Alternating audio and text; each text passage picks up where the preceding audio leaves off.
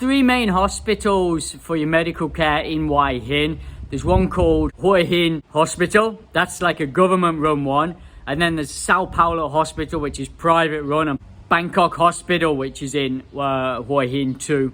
So these three hospitals you can use when you're here. If you have any major problems, you know, and you need to go to a completely world-class hospital, the best kind of hospital, I've said on another video, is in, you know, Bangkok, and it's called Bumrungrad International Hospital, and this is pretty much the best in Thailand. As well as hospitals, you get these like little medical clinics that a lot of people go to if you're just a little bit sick, if it's not really serious. I mean, I've been to these many times where you just pay a little bit less money, and they're sometimes a bit more convenient. And the same, you know, some of these clinics, they have doctors that work in the hospital, then they work in the clinic as well. So there's proper qualified doctors working in these clinics. A lot of them, you know, work in the hospital till a certain time and then, okay, work in a clinic after hours to get more money. The next is crime rate. I mean, the crime rate in Thailand in general is pretty low, to be honest with you. I've lived in Thailand 11 years and I've visited Hua Hin for over 15 years. I've never seen any problems there at all, to be honest with you. The crime rate is ridiculously low. There's not any problems with crime at all. Yes, there are a few scams in Thailand, throughout Thailand. Normally involved around the nightlife scene, to be honest with you. So as long as you're staying away from that scene. The main problem you might have is like a car accident or something like this, because, you know, the roads are slightly dangerous in Thailand in general. You know, driving is, you know, very different to Western kind of culture. The nightlife there is, you know, really great in Hua Hin. It's very low key, so it's great for the retiree. There's loads of, you know, small bars there with little pool tables, very relaxed atmosphere. The girls are super friendly. There's live music venues. They're all good value in there. As I say, the girls leave you alone in the bars. You don't get that much hassle unless you kind of want it or you ask for it. Above all, it's just low key and nice and quiet most of the time. Obviously, it's different during like high season, you know, and during certain nights, maybe Friday, Saturday night, you know, it gets really busy down some areas. But you can still find them really like low-key bars, and the seats are really comfy, which is great for the, you know, the older guy, you know, and it's just a comfortable, you know, it's very, very different than parts of Pattaya, which is very, very crazy, you know, and very intense there. You know, it's a massive party scene.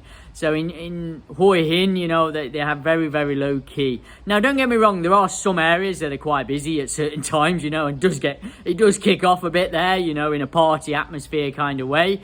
So there is that if you go looking for it in parts of, you know, around Bindabat, some parts of Bindabat, and around Soi 94 now is like the new upcoming area. So there's like three areas: Bindabat, Soi 80 and Soi 94, which is like the new up and coming area that's really popular now. And there's still the little low-key bars most of the time. Just sometimes, you know, they'll get busier on as I say, Friday or Saturday night when, you know, the party crowd are out. Also in Hua Hin, there's no go-go bars, which is a nice thing about the city as well. The level of English in Hua Hin is a lot higher than other areas. You know, it is similar to like Phuket and, you know, Pattaya in that regard. You know, some areas in Thailand, you know, you will have a real problem. I lived in Nonthaburi for 7 years, or nearly 8 years actually, and, you know, it was a bit of a nightmare sometimes when I first lived there, because, you know, it was a big challenge, you know, with the language.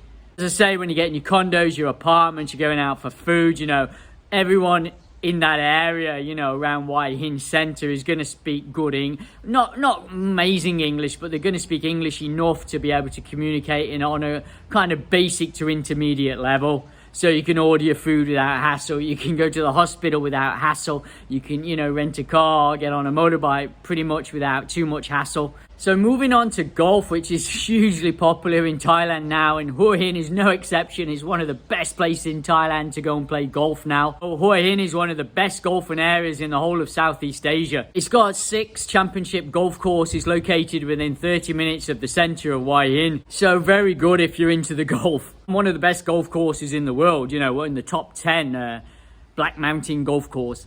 There's tennis clubs in Hua Hin, along with other kind of lots of different activities. You can do horse riding on the beach. There's jet skis, there's kiteboarding, which is very, very popular now. I think the next one would be like, you know, a good thing about Hua Hin is like the laid back lifestyle there. You know, everyone's pretty chilled out. Everyone's pretty happy there. you know, and just the laid-back vibe living in Hua Hin as a retiree. So it's great for relaxing if, you know, that's the kind of environment you want. Markets, there's a night market which is really famous for seafood that's been open a long time, and there's a couple of other markets, Sisada market, which is really cool, and the Tamarind market.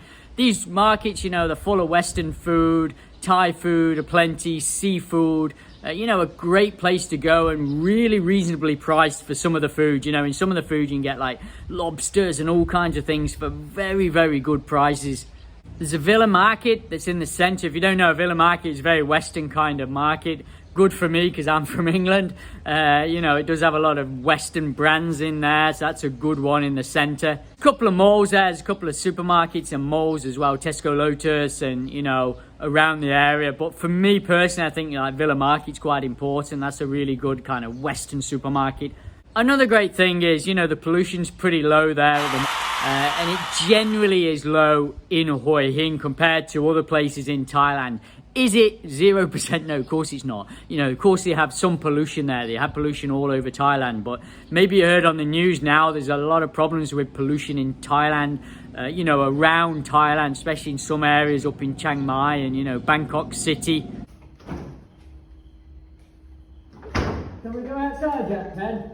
It's something that's super important as you get older. I mean, it would put me totally off going and living in the north of Thailand because, you know, there is the burning season up there. So, and we're down in Hua Hin, you don't get that as much, you know. There is a little bit, you know, a few farms around Hua Hin, you know, you'll get a little bit, but generally I've never known any problems there. I know people who live there and no one's complained about the pollution there. No one's complained about, you know, the burning season there. It's not too bad there at all. It's pretty good. The last few years have been a nightmare. We've had to wear the masks all the time because of, you know, the big sea. And in Hua Hin now, they're a lot more relaxed there than other places. I've really noticed that, you know, there. I think it's because there's a lot of tourists there. Maybe Phuket's the same. I've not been down there for a while, but in Hua Hin, everyone's pretty chilled out. I mean, it's not the rule, but you still feel uncomfortable sometimes in this area. You know, a lot of people still wear masks in, you know, supermarkets, in 7-Elevens, and, you know, when you go everywhere. And now it's not a legal obligation anymore. You don't have to. But in Hua Hin, I noticed that a lot of people are just not wearing them. Thais as well, not just foreigners. And even people going there on holiday, they're like, oh, everyone's quite relaxed here. And they kind of take off the mask a lot more there. Now, do some people still wear the masks in Hua Hin? Of course they do, yeah, a lot. But generally, if you look at the whole of Thailand as a whole, that area is pretty good. It's a lot better than some other areas, to be honest with you. And to be honest, in Thailand, it is in the culture a little bit to wear masks. You know, when people get sick, they wear masks. It's what they do over here. You know, it's quite normal for, you know, if mum and dad have a kid and they, you know, the kid's sick, they'll put a mask on them straight away, however old they are, if they're really young as well. So they get used to this growing up. So it is in the culture a little bit, not just in Thailand, I think in Asia in general. Another great thing is the rainfall. The rainfall is really low. I've said this on another video because not a lot of people talk about it. And, you know, the rainy season in Thailand's been annoying sometimes. It goes on and on sometimes, you know. 5-6 months, it goes on and on. Some areas are awful. Down in Phuket, it goes on for like 8-9 months, I think. People moaning about it down there. Yeah, it comes and goes. Obviously, you know, they have a big storm and it blows off. But in Hua Hin, the rainfall is generally one of the lowest in, you know, one of the lowest cities, areas for rainfall in the country. So that would be another reason. And I remember talking to this local there once and he was telling me about, you know, oh, this place is great. If it does rain, you know, it just comes for an hour or so and then blows off. And, you know, compared to other places, you know, it's very minimal. But for sure, they have proper rainy season there. You know, you still get rain there, but compared to a lot of other places in Thailand, you know, it is a lot less. Hua Hin's location is fantastic in the country. You know, you're only about 3 hours south of Bangkok and, you know, the main airport, Suvarnabhumi Airport. If you want to travel south from Hua Hin, going south, you can get down to Koh Samui in about 7 hours and then get the ferry across to Koh Samui or Koh Tao. About 5.5 hours to get to Pattaya. There's no ferry service. They used to have a ferry service from Hua Hin to Pattaya, but it closed down. Sometimes you're gonna have to go back to Bangkok for maybe you need a hospital there. You're gonna have to use, you know, you're gonna have to go back to Suvarnabhumi Airport at times when friends are coming to visit, you know, or you're going back to your own country. So it's a good idea not to live, you know, miles and miles away from the main airport in Thailand. Now, if you don't have a car, you know, there's an excellent train that runs from Bangkok all the way down south through Hua Hin, and there's a famous train station in Hua Hin Center. Jump on that train and go north and south. You know, maybe it's not the same as Western train, but it is a good train service that goes regularly, and you can travel north and south. You know, right down to Hat Yai in the south, and you know, up to Bangkok, and then transfer to wherever you want to go on to. Also, the location's great, you know, for bus routes. The bus routes come, you know, from Bangkok again. They're going south down to Phuket, down to Hat Yai. That's this kind of direction. They're all going south, so you can hop on the bus and go south quite easily. Same going north, you can hop on the bus and go north. There's minibus vans that run back to Bangkok regularly, take 2.5 to 3.5 hours depending on traffic, and you know, they're really reasonable price. The trains, the buses, they're very, very reasonable price. A great Songtao service that runs from Khao Tibiak right into Hua Hin Center. So you know, you can get around on that Songtao service. It's very, very cheap again. Once you understand, you know, the route that it runs, you can get that quite easily, as long with, you know, motorbike taxis are everywhere throughout Thailand and in Hua Hin too. And you can also use the Bolt app, which is like a taxi service now. I mean, everyone uses this on the phone nowadays. And, you know, you can get these taxis that, you know, come and pick you up at your hotel or apartment and take you to a certain place. So it's like Uber, but it's called Bolt. It's like a pretty new one in Thailand now. Let's move on to some of the negatives about living in Hua Hin as an expat. Hua Hin has an airport, but it's very, very limited. Definitely doesn't go, you know, to a lot of different locations. They have the Songtaos that run, you know, through the town, but they don't have any big public buses. That was another one I just thought of. You know, there's no big public buses you can get on in the town centre that travel around Hua Hin, like, you know, from little place to little place in Hua Hin. But they do have the Songtao, so that kind of makes up for it. Hey, the beach, maybe it's not perfect, you know, the water's not crystal clear. Maybe that would be one argument. You know, it's not as clear as Koh Samui or Phuket. There's rocks in the water as well, so it's a little bit, not dangerous, but you just have to be careful. Certain areas, there's quite a lot of rocks, and they have them little, I think they're called barnacles on the rocks, that even my little lad the other week, he fell off from one and hit himself a bit and cut himself a little bit on the barnacle. And they also have a lot of jellyfish there, and I got a mate who lives there. I've got two mates who live in Hua Hin permanently now, and you know, they go swimming in the sea regularly, and you know, they do get a little twingle sometimes from the jellyfish. You know, not too serious, but you know, you do see them dead on the shore quite a bit. If you swim in the sea a lot, then it's something maybe to think about. At weekends or any holiday time in Hua Hin, it's busy, let's be honest.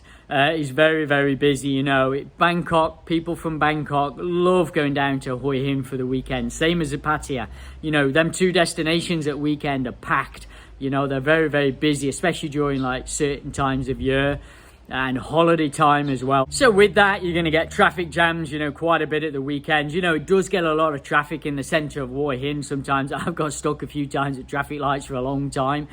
So there are little bits of traffic jams, you know, and there are accidents around Hua Hin like there is in Thailand all over. That's just generally in Thailand, there's a lot of accidents. So Hua Hin, no real exception, you know, there's accidents the same there.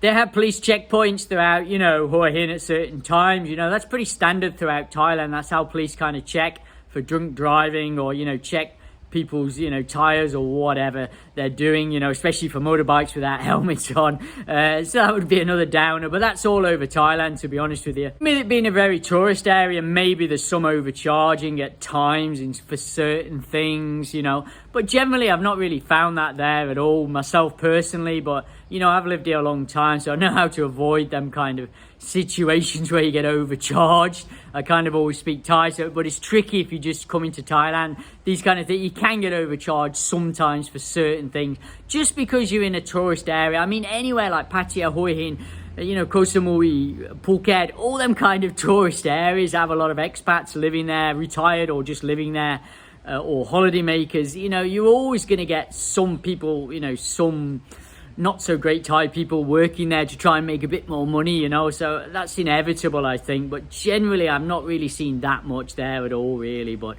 maybe that could be another thing. So that was pretty much the ultimate guide to Hua Hin. Don't forget to subscribe, guys. Take it easy. We'll see you next time.